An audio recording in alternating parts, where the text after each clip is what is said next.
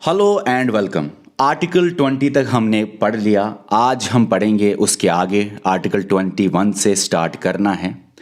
Article 19, 20, 21, 21A और 22 ये सारे आर्टिकल राइट टू फ्रीडम के अंदर आते हैं। अब आर्टिकल 21 हम पढ़ेंगे।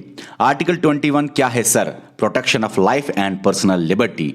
लाइफ और लिबर्टी, जिंदगी और आजादी की प्रोटेक्शन होनी चाहिए। ठीक है, पर्सनल लिबर्टी की प्रोटेक्शन होनी चाहिए। मगर सर ये किसका फंडामेंटल राइट है? एक कंट्री के अंदर ये एनी पर्सन का फंडामेंटल राइट है। इसके अंदर सिटीजन भी आएगा, फॉरेनर भी आएगा। सर किसके खिलाफ ये फंडामेंटल राइट है? ये ओनली स्टेट के खिलाफ है, प्राइवेट इंडिविजुअल के खिलाफ ये नहीं है। अब यहां तक तो ठीक है, लेकिन याद रखना कोर्ट्स ने बताया आर्टिकल 21 सिर्फ इतना नहीं है कि हाँ भाई लाइफ की प्रोटेक्शन और आजादी की प्रोटेक्शन, ऐसा नहीं है। ये जिंदगी रहना, जिंदा रहना ही राइट नहीं है। राइट है, राइट टू लिव, मगर with with with human dignity. तो कोर्ट्स ने बताया इज्जत से रहने को आर्टिकल 21 बोलते हैं। अब ये आर्टिकल 21 याद रखना पूरे फंडामेंटल राइट्स में मोस्ट इवॉल्व्ड आर्टिकल है। अच्छा, कल मैंने आपको बताया था दूसरे नंबर पे कौन सा इवॉल्व्ड आर्टिकल है? आर्टिकल 19। वही मैं पूछूंगा एग्जाम में फ्राइडे के दिन। सेकंड नंबर पे मोस्ट इवॉल्व्ड आर्टिकल कौन है? आर्टिकल 19। सर इवॉल्व्ड आर्टिकल का मतलब क्या? इवॉल्व्ड आर्टिकल का मतलब कि कोर्ट्स इस आर्टिकल को वाइडर मीनिंग दे रहे हैं। कोर्ट्स इस आर्टिकल को वाइडर इंटरप्रिटेशन कर रहे हैं। कोर्ट्स इस आर्टिकल को इस तरह से इंटरप्रिटेशन कर रहे हैं कि इसकी मीनिंग वाइड हो रही है, ज्यादा हो रही है। कोर्ट्स बोलता है प्रोटेक्शन ऑफ लाइफ आर्टिकल 21 के अंदर ये भी सारे आएंगे। तो आर्टिकल 21 का स्कोप बढ़ाया, आर्टिकल 21 का इंटरप्रिटेशन जो है वो वाइडर किया, स्कोप बढ़ाया। ठीक है, ओके सर, यहां तक तो ठीक है। अब आर्टिकल 21 क्या बोलता है? किसी भी पर्सन को स्टेट के खिलाफ, ये स्टेट की तरफ इशारा है कि आप ये नहीं करोगे। आप किसी भी पर्सन को की जिंदगी, लाइफ और उसकी लिबर्टी नहीं छीन सकते। आप का मतलब स्टेट के खिलाफ। स्टेट किसी भी इंसान की जिंदगी और उसकी लिबर्टी, आजादी नहीं छीन सकता। यह आर्टिकल 21 बताता है। लेकिन हर जगह एक्सेप्शंस, हर आर्टिकल में एक्सेप्शंस आपको मिलेंगे। एक्सेप्ट लिखा है, मगर एक जगह स्टेट आपकी जिंदगी और आपकी आजादी को छीन सकता है। आर्टिकल 21 बोलता है नहीं छीन सकता, मगर यह भी याद रखना except according to procedure established by law. अगर कानून बना है कि हां भाई जिंदगी इनको छीन लो और लिबर्टी, आजादी इनकी छीन लो, तब छीन सकते हैं। आपका आर्टिकल 21 तब वायलेट नहीं होता। अगर कानून बनता है और बोलता है जो ये जगह है इस जगह पे कोई नहीं जाएगा, जो जाएगा उसको पुलिस मारेगा, तो अगर आपको पुलिस ने मारा और कानून ये बना है कि इस जगह पे कोई नहीं जाएगा, उसको एग्जीक्यूटिव मार सकता है या कुछ भी, आपको पुलिस ने मारा, आप बोलोगे सर मेरी इज्जत से रहने को खतरा हो गया, मेरी लाइफ पे और मेरी पर्सनल लिबर्टी, आजादी पे खतरा आ गया। मैं गया था इस एरिया में चाय पीने के लिए, लेकिन मेरे को मार पड़ी। सुप्रीम कोर्ट बोलेगा या हाई कोर्ट बोलेगा चलो भाई ठीक है, आपका फंडामेंटल राइट वायलेट हो रहा है आर्टिकल 21। फिर वो देखेंगे कहीं ला तो नहीं था कोई जो बोल रहा था इस एरिया में नहीं जाना। अगर उनको लगा कोई ला था जो बोल रहा था इस एरिया में जाना, तब आपको बोल सकते हैं देखो भाई आपने आर्टिकल 21 के अंदर करना है ना ये काम, तो आप आर्टिकल 21 को पूरी तरह पढ़ लो। वहां पे लिखा है according to procedure established by law. ठीक है, ओके कोई आया था, कहां था मैं? हाँ, कहां था मैं? ओके।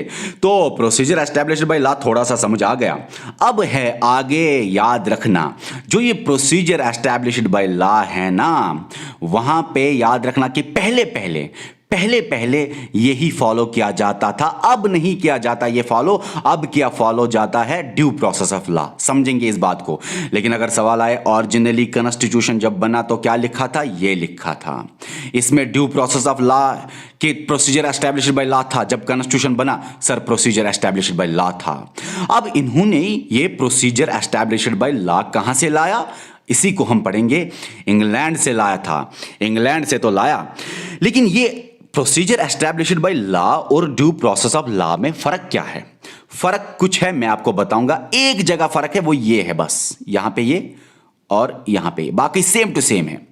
दोनों केसेस में जब केस आ रहा है जुडिशरी के पास, तो उसके पास एक होता है power, judicial review. Judicial review check करना, क्या सच में फंडामेंटल राइट वायलेट हुआ है, क्या लेजिस्लेचर ने कुछ गड़बड़ की है, क्या एग्जीक्यूटिव ने कुछ गड़बड़ की है, क्या जो ये लॉ बनाया गया वो अनकॉन्स्टिट्यूशनल है कि कॉन्स्टिट्यूशनल है। जुडिशरी का पावर दिखाता है जुडिशियल रिव्यू।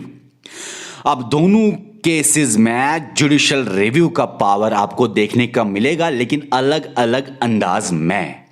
पहले जुडिशरी ने कुछ बोला कि जुडिशियल रिव्यू इस तरह होगा, फिर बाद में यहां पे भी जुडिशरी ने कुछ बोला, अपना ही डिसीजन ओवर रूल करके। समझेंगे इसको हम। ठीक है सर, हमारा पर्सनल लिबर्टी और लाइफ खतरे में नहीं आएगा, लेकिन हाँ अगर लॉ हो तो क्या कर सकते हैं? लॉ अगर हो तो प्रोसीजर एस्टैब्लिश्ड बाय लॉ सिर्फ इतना नहीं कहता, लॉ अगर हो बहुत कुछ कहता है। सुनो इस बारे में।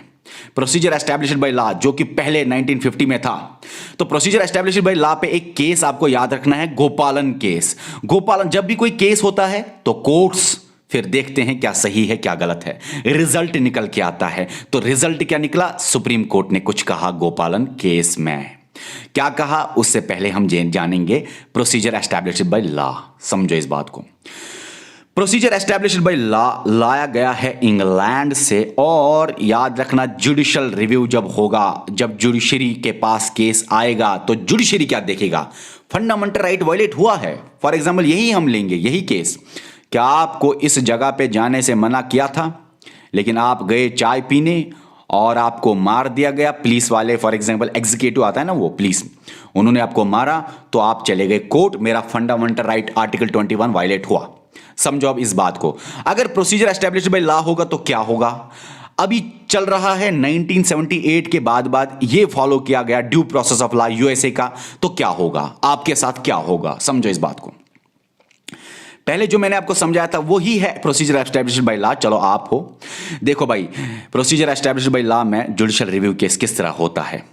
क्या कोई, अच्छा आपका वायलेट हुआ, ठीक है सर, लेकिन देखते हैं ना, पहले लॉ था मत कुछ। प्रोसीजर एस्टैब्लिश्ड लॉ के अंदर सुप्रीम कोर्ट बोलेगा या हाई कोर्ट बोलेगा, क्या कोर्ट्स क्या बोलेंगे, क्या कोई लॉ बना था? अच्छा, प्रोसीजर एस्टैब्लिश्ड बाय लॉ में यह भी होता है कि लॉ बना था कि नहीं, एक तो ये। दूसरा, क्या उस लॉ को लेजिस्लेचर ने ही बनाया? कहीं इसको किसी दूसरी बॉडी ने तो नहीं बनाया, उसको लेजिस्लेचर ने ही बनाया, लॉ मेकिंग बॉडी ने ही बनाया कि नहीं? दूसरे ने, हाँ सर लॉ तो था कि इस जगह पे जाने से मारपीट करेंगे, ये पुलिस वाले मारेंगे उसको। जुडिशरी बोलेगा ओके आपने उसका फंडामेंटल राइट वायलेट किया, आप मुझे बताओ लॉ तो था, क्या उस लॉ को लेजिस्लेचर ने ही बनाया, लॉ मेकिंग बॉडी ने? हाँ सर उसको लेजिस्लेचर ने ही बनाया था, लॉ मेकिंग बॉडी ने ही बनाया था। अच्छा, सुप्रीम कोर्ट फिर बोलेगा क्या उस लॉ का प्रोसीजर फॉलो किया गया था वाइल मेकिंग दैट लॉ? उस लॉ को बनाते टाइम क्या प्रोसीजर को फॉलो किया था? सर हाँ प्रोसीजर तो फॉलो किया था। फॉर एग्जांपल अगर एक्ट बनता है तो इस तरह सर, सेंटर का था सर, लोकसभा में भी पास हुआ, राज्यसभा में भी पास हुआ, सर प्रेसिडेंट के पास भी गया, क्या प्रेसिडेंट ने फिर साइन किया? हाँ सर प्रेसिडेंट ने भी साइन किया था, पूरा प्रोसीजर फॉलो हो गया था सर। तब जाके आपको कोर्ट बोलेगा सॉरी आपका फंडामेंटल राइट वायलेट हुआ, लेकिन हम कुछ नहीं कर सकते क्योंकि हम खुद चल रहे हैं कॉन्स्टिट्यूशन के हिसाब से। कोर्ट आपको बोलेगा मुझको चलना है कॉन्स्टिट्यूशन के हिसाब से। अगर लॉ बनाया गया था कि आपको वहां नहीं जाना था, और वो बनाया था लेजिस्लेचर ने ही, और वो प्रोसीजर भी फॉलो कर रहे थे, पूरा बराबर साइन वाइन हुआ था, बराबर पास हुआ था, तब जाके हम कुछ नहीं कर सकते। आप बोलोगे सर मैं तो चाय पीने के लिए गया था, क्या मेरे साथ ये नाइंसाफी नहीं हुई? आपको कोर्ट्स बोलेंगे देखो भाई प्रोसीजर एस्टैब्लिश्ड बाय लॉ में ये बात नहीं आती, ये उसके अंदर नहीं आता। हमें सिर्फ देखना है लॉ है, लेजिस्लेचर ने बनाया और प्रोसीजर फॉलो किया। हमें यह नहीं देखना कि वो लॉ फेयर था, वो लॉ जस्ट था, वो लॉ रीजनेबल था, वो मत इनजस्टिस लाता है, उसकी वजह से आपको नाइंसाफी हुई या क्या हुआ। हम कॉन्स्टिट्यूशन से बंधे हुए हैं, इसलिए हम डिसाइड नहीं कर सकते। ये पहले चलता था प्रोसीजर एस्टैब्लिश्ड बाय लॉ, मगर अब क्या है, अब कुछ और है। और गोपालन केस में ही ये सुप्रीम कोर्ट ने बोला था, नैरो इंटरप्रिटेशन दी थी, नैरो इंटरप्रिटेशन दी थी, समझाऊंगा। एक बात कहूंगा मैं, इंग्लैंड में पता है किसको जबरदस्त मानते हैं? इंग्लैंड में मानते हैं हाँ भाई लेजिस्लेचर लॉ बनाने वाला जबरदस्त है, प्रोसीजर एस्टेब्लिश लॉ के अकॉर्डिंग। देखो लेजिस्लेचर लॉ बनाने वाला लेजिस्लेचर सही है गलत है ही नहीं। अरे अलार्म कहां से बीच में आ गया? अरे ये मिटती नहीं, कमाल। अरे यार एक सेकेंड। हाँ, तो माना जाता है कि लेजिस्लेचर पावरफुल है, वो गलती नहीं कर सकता। अगर गलती हो सकती है तो एग्जीक्यूटिव से हो सकती है। ये है प्रोसीजर एस्टैब्लिश्ड बाय लॉ कि लॉ लेजिस्लेचर ने जो बनाया वो गलती नहीं कर सकता। अगर गलती हो सकती है ना, अगर फंडामेंटल राइट वायलेट हो गया, वो एग्जीक्यूटिव एक्शन के खिलाफ आप कर सकते हो, लेकिन लॉ बना तो फिर आप कुछ नहीं कर सकते। गोपालन केस में यही बोला गया था कि सुप्रीम कोर्ट ने दिया नैरो इंटरप्रिटेशन। नैरो इंटरप्रिटेशन का मतलब बोला कि देखो इस स्टेट के अंदर आता है सिर्फ और सिर्फ एग्जीक्यूटिव एक्शन। हाँ, एग्जीक्यूटिव गलती करे तो आप आइए हमारे पास, हम सजा देंगे, लेकिन अगर लॉ बना है फिर कुछ नहीं कर सकते। लेजिस्लेचर जो लॉ बनाता है उसके खिलाफ हम कुछ नहीं कर सकते अगर procedure established by law follow होता है। लेकिन लेजिस्लेचर के लॉ बनाने के को कुछ भी नहीं किया जा सकता, ये तो गलत लग रहा है। फिर हुआ मेनिका गांधी केस। मेनिका गांधी केस में 1978 के बाद आया ड्यू प्रोसेस ऑफ लॉ।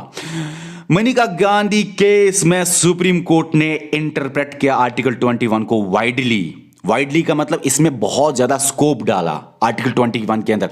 हाँ, उसके खिलाफ भी जा सकते हो सुप्रीम कोर्ट, लॉ जो बनेगा वो जस्ट होना चाहिए। अच्छा समझो इस बात को। वाइडर इंटरप्रिटेशन बोल के सुप्रीम कोर्ट ने ये बोला कि देखो भाई ड्यू प्रोसेस ऑफ लॉ के अंदर जो कि यूएसओ का कंसेप्ट है वही फॉलो किया जाएगा आज से, कि जुडिशियल रिव्यू, जुडिशरी के पास जब केस आएगा तो किस तरह हैंडल वो करेगा, जुडिशियल रिव्यू किस तरह का होगा। वो देखेगा हाँ भाई इस जगह पे आपको मार पड़ी थी, ठीक है, आपको मार पड़ी थी ना इस जगह पे, ठीक है। वो देखेगा सबसे पहले लॉ बना है, हाँ सर लॉ बना था, इस जगह पे जो जाएगा मार पड़ेगी। क्या वो लेजिस्लेचर ने बनाया? हाँ सर लेजिस्लेचर ने बनाया था, जो इस जगह पे जाएगा उसको मार पड़ेगी। अच्छा, क्या उसको लॉ को फॉलो किया था, उसका प्रोसीजर बनने के टाइम प्रोसीजर फॉलो किया था? हाँ सर प्रोसीजर भी फॉलो किया था, जिस तरह से लॉ बनाया जाता है प्रोसीजर फॉलो किया था कि इस जगह पे कोई इंसान नहीं जाएगा, जो जाएगा उसके ऊपर एग्जीक्यूटिव एक्शन करेगा, उसके ऊपर मारेगा, मतलब एग्जीक्यूटिव मतलब उसको मार पड़ेगी। यार क्या बोल रहा हूं मैं, okay.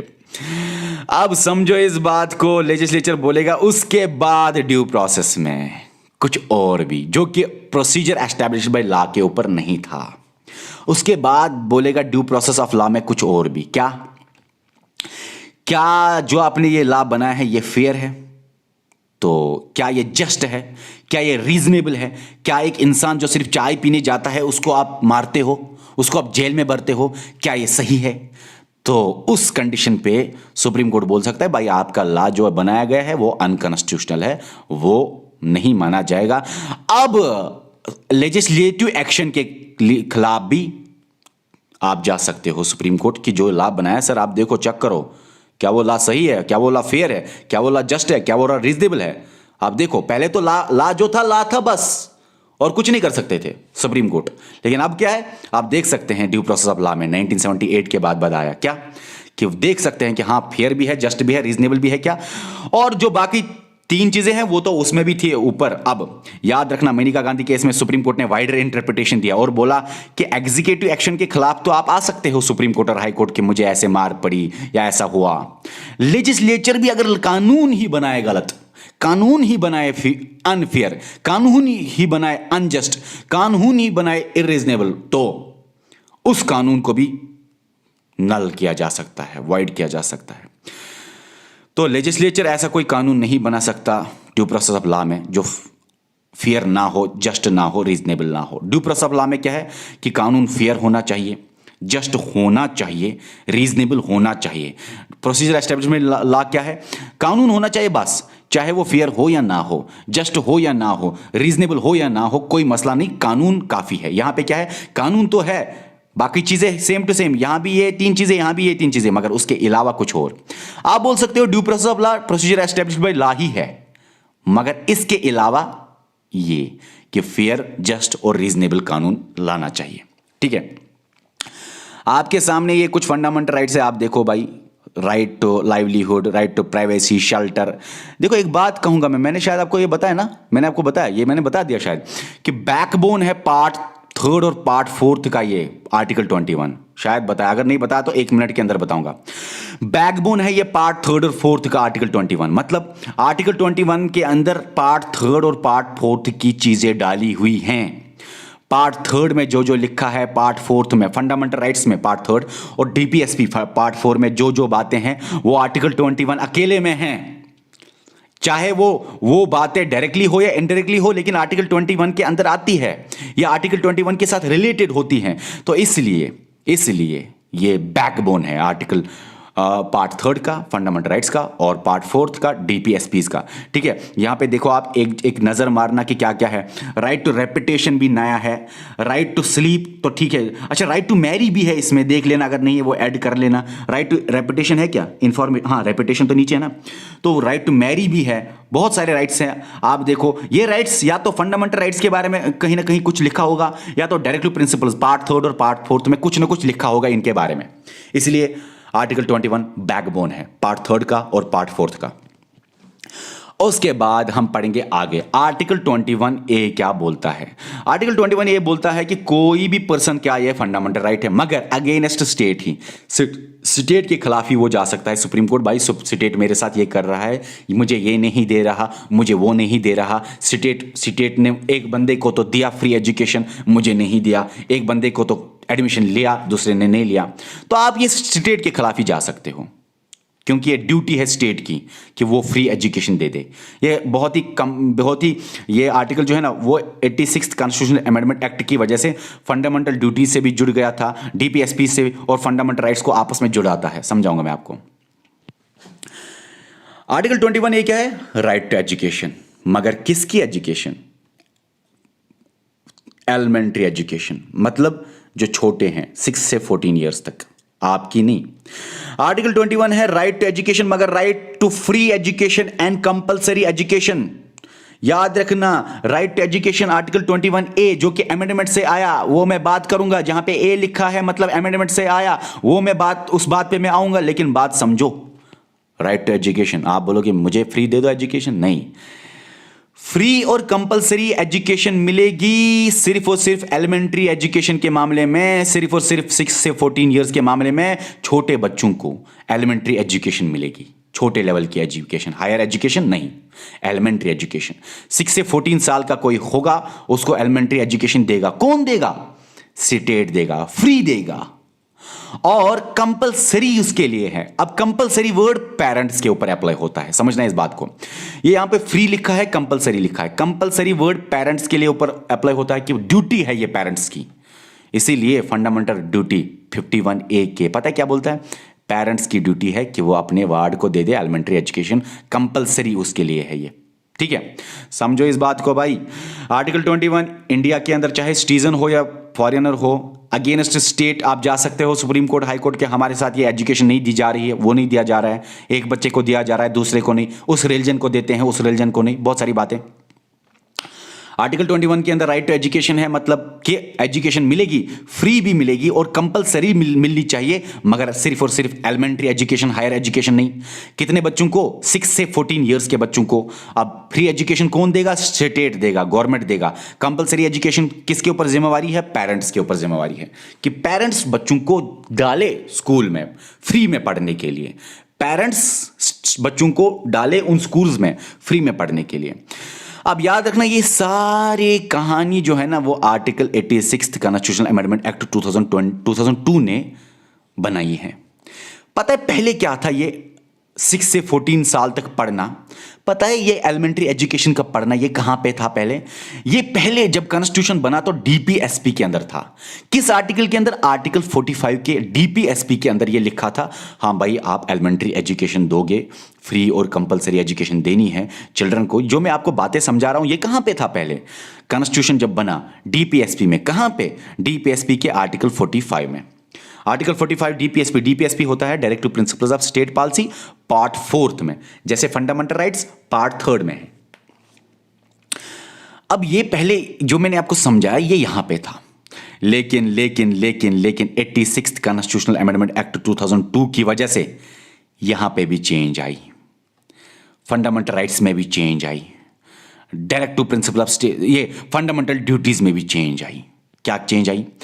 Fundamental duties article 51A के को ऐड किया गया। क्या किया गया? ऐड वहां पे फंडामेंटल ड्यूटीज में। किस अमेंडमेंट से? आपके सामने तीनों चेंजेस ये अमेंडमेंट से आए। फंडामेंटल ड्यूटीज को 51 आर्टिकल 51A के ऐड किया गया। के ऐड किया गया। क्या था उसमें? हाँ भाई, पेरेंट्स कंपलसरी एजुकेशन देंगे अपने वार्ड को, ठीक है। अब इसी अमेंडमेंट की वजह से चेंज आई कहां पे? फंडामेंटल राइट्स में। आर्टिकल 21A ऐड हुआ फंडामेंटल राइट्स में, पार्ट 3 फंडामेंटल राइट्स में आर्टिकल 21A ऐड हुआ। जहां पे जैसे जैसे यहां पे ऐड हुआ था वैसे ही फंडामेंटल राइट्स में भी ऐड हुआ। क्या? आर्टिकल 21A जो क्या बोल रहा है? हाँ भाई, एजुकेशन दे दो, फ्री और कंपलसरी एजुकेशन मिलेगी, एलिमेंट्री एजुकेशन 6 से 14 ईयर्स तक। लेकिन इसी अमेंडमेंट ने डीपीएसपीज को चेंज किया। पहले मैंने बोला डीपीएसपी, ये कहानी बोल रहा था। डीपीएसपीज को चेंज करके पता है क्या बोला? डीपीएसपी में लिखा up to 6 years of age, up to 6 years of age state के ऊपर ये डायरेक्शंस दिए जाते हैं कि स्टेट प्रोवाइड करेगा free compulsory education, free education.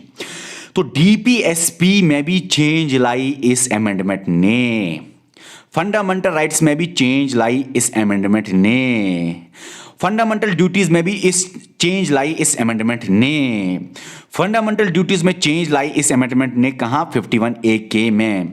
Fundamental rights में क्या ऐड हुआ? 21A ऐड हुआ।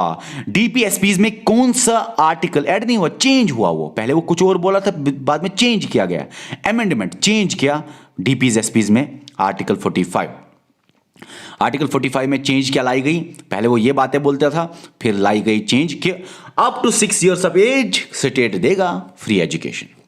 मगर इस बात को समझो कि आर्टिकल 45 जो है वो पार्ट 4 में है। सर अगर ये लिखा हुआ था उस आर्टिकल में डीपीएसपी में, तो जरूरत क्या थी फंडामेंटल राइट्स में डालने की?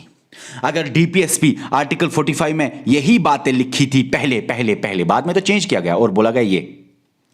अगर डीपीएसपी में पहले यही लिखा गया था तो क्या मजबूरी है कि फंडामेंटल राइट्स, फंडामेंटल ड्यूटीज में भी अमेंडमेंट लाना और ऐड करना, और फंडामेंटल राइट्स में भी अमेंडमेंट लाना ऐड करना?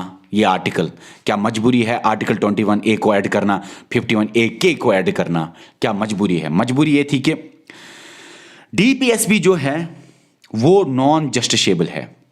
मतलब जस्टिसेबल, नॉन जस्टिसेबल मतलब आप अगर डीपीएसपी होता ना सिर्फ राइट टू एजुकेशन, तो आप स्टेट के खिलाफ कोर्ट्स नहीं जा सकते थे कि स्टेट ने मुझे फ्री एजुकेशन नहीं दी, मैं 10 साल का, 12 साल का, 11 साल का हूं। तो फंडामेंटल राइट्स नॉन जस्टिसेबल है, इसीलिए यह जरूरी था कि एजुकेशन कंट्री में बढ़ाना, लिटरेसी को बढ़ाना, तो फंडामेंटल राइट्स को बनाया। फंडामेंटल, ये जो directive principle of state policy, sorry, ये जो डीपीएसपी है उसको बोला गया ये फंडामेंटल राइट आज से होगा। क्यों? क्योंकि फंडामेंटल राइट जस्टिसेबल है। स्टेट्स पूरा ध्यान देगा लिटरेसी को बढ़ाने के लिए, स्टेट्स पूरा ध्यान देगा इसलिए क्योंकि स्टेट्स के खिलाफ एक्शन ली जा सकती है।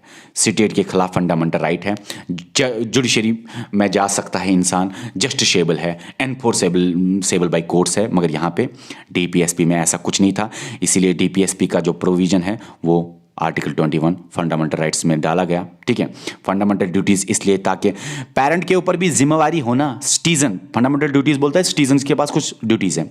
अरे पेरेंट्स के ऊपर भी ये ड्यूटी है ना, क्या स्टेट ही फ्री दे दे लेकिन पेरेंट उसको डाले ना इंस्टीट्यूशन में? अरे पेरेंट्स के पास ये जिम्मेवारी है ना कि वो कंपलसरी उसको डाले इंस्टीट्यूशन में।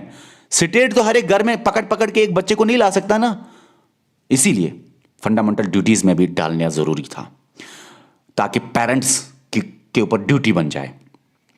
फंडामेंटल राइट में भी डालना जरूरी था, क्या? ताकि राइट बने और स्टेट के खिलाफ एक्शन ली जाए अगर वो एजुकेशन ना दे चिल्ड्रन को। इसीलिए डीपीएसपी से बातें हटा के वहां पे रखी गई और डीपीएसपी में बोला गया चलो अप टू 6 इयर्स तो ऊपर नहीं है कहीं जगह, डीपीएसपी में अप टू 6 इयर्स रखेंगे। आर्टिकल 21 बहुत इंटरेस्टिंग आर्टिकल है। आर्टिकल 21 क्या बोलता है? Protection against arrest and detention. Arrest होता है पकड़ना, डिटेंशन होता है जेल में भरना, फर्क है। अरेस्ट होता है पकड़ना, डिटेंशन होता है जेल में भरना। आर्टिकल 21 हर एक इंसान के पास ये राइट है। आर्टिकल 22 हर एक इंसान के पास राइट है। चाहे वो एलियन हो, चाहे वो सिटीजन हो, चाहे वो फॉरेनर हो, मगर एनिमी एलियन के पास ये राइट नहीं है। तो मैंने आप यहाँ पे एनी पर्सन लिख सकते हो, फिर एनी पर्सन के नीचे आप ये लिख सकते हो एनिमी एलियन के पास ये राइट नहीं है। जो राइट्स हम पढ़ेंगे, कैसे अपने आप को आप बचाओगे अरेस्ट से और डिटेंशन से, अरेस्ट होने से और डिटेंशन होने से, कैसे अपने आप को आप प्रोटेक्ट कर सकते हो इलीगल अरेस्ट होने से और इलीगली डिटेंशन होने से। वैसे अगर लीगली काम चल रहा है तो आप कुछ कर नहीं सकते, ज़्यादा बताऊंगा, मैं आपको बताऊंगा, टेंशन मत लीजिए। देखो, ये भी याद रखना कि आर्टिकल 22 अलग बात करता है प्रिवेंटिव डिटेंशन की, पुनिटिव डिटेंशन की अलग बात करता है। कैसे प्रोटेक्शन करोगे आप अगेंस्ट एंड डिटेंशन प्रिवेंटिव मामले में, और कैसे आप प्रोटेक्शन दोगे अपने आप को अरेस्ट एंड डिटेंशन में पुनिटिव डिटेंशन के मामले में, हम ये पढ़ेंगे। ये अगेंस्ट स्टेट ही है, प्राइवेट तो क्या डिटेन, क्या अरेस्ट करेगा आपको प्राइवेट, ये तो अगेंस्ट स्टेट ही है। अगर पहले हम पुनिटिव पढ़ेंगे फिर प्रिवेंटिव हम यहां पे पढ़ेंगे, छोटी सी चीजें हैं, पुनिटिव हम देखेंगे। पुनिटिव मतलब क्या होता है कि फॉर एग्जांपल आपने कोई ऑफेंस किया, उसके बाद। प्रिवेंटिव क्या होता है, ऑफेंस से पहले पहले आपके ऊपर कुछ आपको अरेस्ट या डिटेन किया जाता है ताकि आगे जाते हुए ऑफेंस आप ना करो। ऑफेंस के पहले की बात है ये। पुनिटिव होता है आपने जुर्म किया, प्रिवेंटिव होता है आपको जुर्म से रोकना, आपको अरेस्ट और डिटेंशन करना ताकि जुर्म से आपको रोका जाए या आपके अरेस्ट और डिटेंशन से लार्जर पब्लिक इंटरेस्ट मतलब का फायदा आ जाए। ओके, ये स्टेट के खिलाफ है, पहले पुनिटिव पढ़ेंगे। जिसने जुर्म किया, फॉर एग्जांपल आपने जुर्म किया, सबसे पहले जब आपको अरेस्ट किया जाएगा तो आप बोलोगे अरेस्ट एंड डिटेंशन के खिलाफ मेरे कुछ राइट्स हैं। क्या सर? आप बोलोगे ऑन व्हाट ग्राउंड्स, मुझे इन्फॉर्म करो किस बिना पे आपने मुझे अरेस्ट और डिटेन किया। ये आपके पास राइट है, पुलिस वालों को ये बोलना पड़ेगा। उसके बाद दूसरा, आप पुलिस वाले को बोल सकते हो देखो भाई मुझे कंसल्ट करना है लॉयर, लीगल प्रैक्टिशनर, मुझे केस लड़ना है, मुझे लॉयर चाहिए, आपको दिया जाएगा। ये आपका फंडामेंटल राइट है, वो आपका ये फंडामेंटल राइट नहीं छीन सकता। ओके, आपको नियरेस्ट मजिस्ट्रेट, ऐसा नहीं कि आप कहीं के हो, आप जिधर भी नियरेस्ट है तो वहां पे आप फिर तो आपको किसी जगह पकड़ेंगे और कहीं और पे पहुंचाना होगा तो आपकी वहां पे तो टाइम ज़्यादा लगेगा ना। देखेंगे हम नियरेस्ट जो भी मजिस्ट्रेट है, नियरेस्ट कोर्ट में आपको जज के सामने पेश करना है, मगर विद इन 24 आवर्स। अब कोई बोलेगा सर मुझे बहुत दूर पकड़ा गया था, बीच में ट्रैफिक जाम हो गया, कर्फ्यू था, कुछ था, कोई प्रॉब्लम थी, फॉर एग्जाम्पल को कह रहा हूं मैं, तो जर्नी टाइम एक्सक्लूड किया गया है। जर्नी टाइम का मतलब जब कि आपको पकड़ा, अरेस्ट और डिटेंशन करा, जेल में भरा, जब आपको जेल में भरा, डिटेंशन करा, उसके बाद 24 घंटे गिने जाते हैं। जो अरेस्ट करने के टाइम जेल में भरते बीच में जर्नी टाइम है, उस जर्नी टाइम को एक्सक्लूड किया जाता है, 24 आवर्स में नहीं इंक्लूड किया जाता। जेल में भरने के बाद 24 आवर्स के अंदर अंदर आपको पेश किया जा सकता है जज के सामने, मगर अगर नहीं हुए आप पेश जज के सामने तो आपको रिलीज करना है, आफ्टर 24 आवर्स, जब तक मजिस्ट्रेट फर्दर डिटेंशन ना दे, फर्दर डिटेंशन की प्रोसेस को ना बोले कि आगे कीजिए। समझ गए इस बात को कि नहीं समझ गए इस बात को? भाई मेरे बहुत आसान है कि आपको छोड़ दिया जाएगा 24 आवर्स में, अनलेस जो ये मजिस्ट्रेट है वो ऑथराइज करे कि फर्दर डिटेंशन कराओ, इसको जेल में फर्दर रखो। तो ये आपके पास राइट है, आप 24 आवर्स में बाहर भी निकल सकते हो, बोल सकते हो भाई नहीं हुआ पेश तो मुझे निकालो भाई, तुम्हारा पावर खत्म। अच्छा चलो, प्रिवेंटिव डिटेंशन क्या होती है कि किसी को हाउस अरेस्ट किया, जैसे हाउस अरेस्ट करते हैं ना, ताकि लार्जर पब्लिक इंटरेस्ट फुलफिल हो जाए, ताकि सिक्योरिटी, कंट्री की सवर्निटी पे असर ना पड़ जाए, कंट्री की सिक्योरिटी खतरे में ना आ जाए, ठीक है ना। अच्छा भाई, ये आपने किसी बंदे को हाउस अरेस्ट किया, प्रिवेंटिव डिटेंशन किया, लेकिन उसमें भी कुछ उसके राइट्स हैं। क्या? वो प्रिवेंटिव डिटेंशन ज़्यादा नहीं करोगे आप 3 महीनों से ज़्यादा उस इंसान की जिसकी आप प्रिवेंटिव डिटेंशन हाउस अरेस्ट करते हो। अगर 3 महीनों से ज़्यादा करनी है तो एडवाइजरी बोर्ड से अथॉराइज लेना पड़ेगा भाई। ये एडवाइजरी बोर्ड जो है उसमें कौन होता है, मतलब एडवाइजरी बोर्ड रिपोर्ट देना चाहिए, हाँ भाई आगे एक्सटेंड कीजिए, आप एक्सटेंड टाइम कीजिए, लेकिन एडवाइजरी बोर्ड में हाई कोर्ट के जजेस होते हैं नॉर्मली। अब अच्छा, प्रिवेंटिव डिटेंशन में ये एक इंसान के पास राइट है कि वो भी बोल सकता है ऑन व्हाट ग्राउंड आपने मुझे प्रिवेंटिव डिटेंशन किया, मैंने तो जुर्म भी नहीं किया, आपने मुझे पहले ही किया, या मतलब कुछ भी। लेकिन हाँ, उसको बोला जा सकता है। लेकिन अगर लगे कि ये ना बोलना जरूरी है तो नहीं बोल सकते। अगर लगे लार्जर पब्लिक इंटरेस्ट के हक में ये जा रहा है, इसको ना बोलना, इससे सवर्निटी, सिक्योरिटी ऑफ कंट्री पे असर पड़ सकता है, इंटीग्रिटी, यूनिटी पे असर पड़ सकता है, तब आपको बोला भी नहीं जा सकता। तो आप देखो ना, पार्शल फ्रीडम है ये, पार्शल फ्रीडम है ये, पूरी फ्रीडम नहीं है। याद रखना, प्रिवेंटिव डिटेंशन में, ये पुनिटिव डिटेंशन में कहाँ पे लगता है आपको कि ज्यादा फ्रीडम है? प्रिवेंटिव में भाई लॉयर भी बताना भी जरूरी है, 24 आवर्स भी जरूरी है। यहां पे तो बेचारे को 3 महीने तक भी बंद रख सकते हैं। तो फ्रीडम ज्यादा कहां पे लगती है आपको यहां पे ना। अच्छा हाँ, रिप्रेजेंटेशन अगर वो देना चाहता है, भाई मैं कुछ कहना चाहूंगा, मुझे आपने प्रिवेंटिव डिटेंशन रखा लेकिन मेरी भी कुछ बातें हैं जो मैं कहना चाहूंगा, मैं रिप्रेजेंट करना चाहूंगा अपने आप को, इस ऑर्डर के खिलाफ कुछ बोलना चाहूंगा, तो उसको इजाजत दी जाती है। हाँ भाई, आप बोलो, रिप्रेजेंटेशन दे दो अगेंस्ट जो ऑर्डर निकला है, ये प्रिवेंटिव डिटेंशन का ऑर्डर, उसके खिलाफ आप बोलिए। क्या बोलना है आपको? रिप्रेजेंटेशन देनी है आपको, बोलना है कि क्या सही हो सकता है, क्या गलत हो सकता है, जो भी आपको बोलना है अपने फेवर में जो भी बोलना है, ठीक है, वो आप बोल सकते हो। ये था आर्टिकल नंबर 21, 21A और 22। अब हम इसके आगे लेक्चर कल कंटिन्यू करेंगे। Okay bye.